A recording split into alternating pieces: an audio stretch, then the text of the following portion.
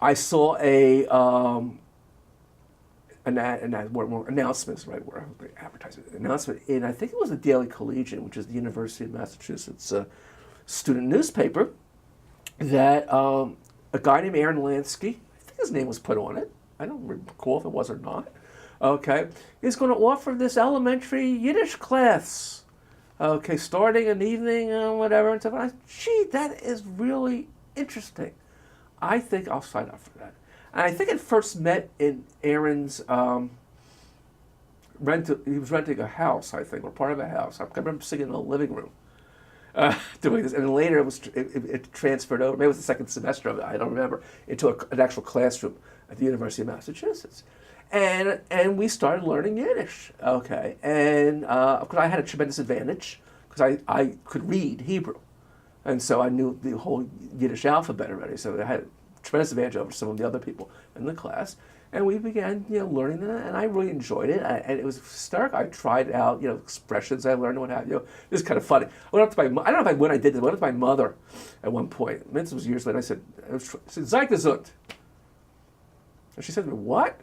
What are you?" So with derision in her voice, "Are you a Litvak?" To her, it was Sei gesund.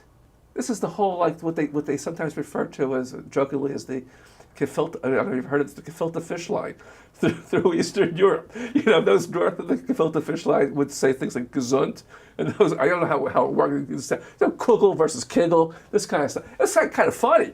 Okay, my mother was almost like contempt. What are you, a Litvak? Oh, he was wonderful. He was dynamic, and I liked him very much. I thought he was enthusiastic, a very good teacher. Okay. And I think he made me convey to me a real love for Yiddish, and I learned a lot from. I don't mean just Yiddish language. I learned a lot about history, just from his his talks, a few talks that he gave, because he became such a macher eventually that he didn't have time to give talks to my measly high school class. So I had to sort of fill in for him, but I learned enough, okay, from him at that point to start doing an imitation, if you will. My best impression of Aaron Lansky talking about Jewish life in Eastern Europe. I would give him. He used to do the Yiddish lesson. I used to give him a Yiddish with the. For a while, he would do a Yiddish lesson where he would tell one half of the class, say hello, Shalom Aleichem. The other class would answer Aleichem Shalom, and then how do you answer? And you never say you're good, so you go. You taught them to go this, no, things like that. It was very, very delightful. And then I had the thing you have here at the Yiddish Book Center, the ABC, alphabets for children. And so I would show the kids how similar Yiddish was to English. I would pick certain words out. And they enjoyed that, and they learned things. And then I would say something like, well, what do you think bagel is in Yiddish? And then some wise guy would finally get the idea, bagel.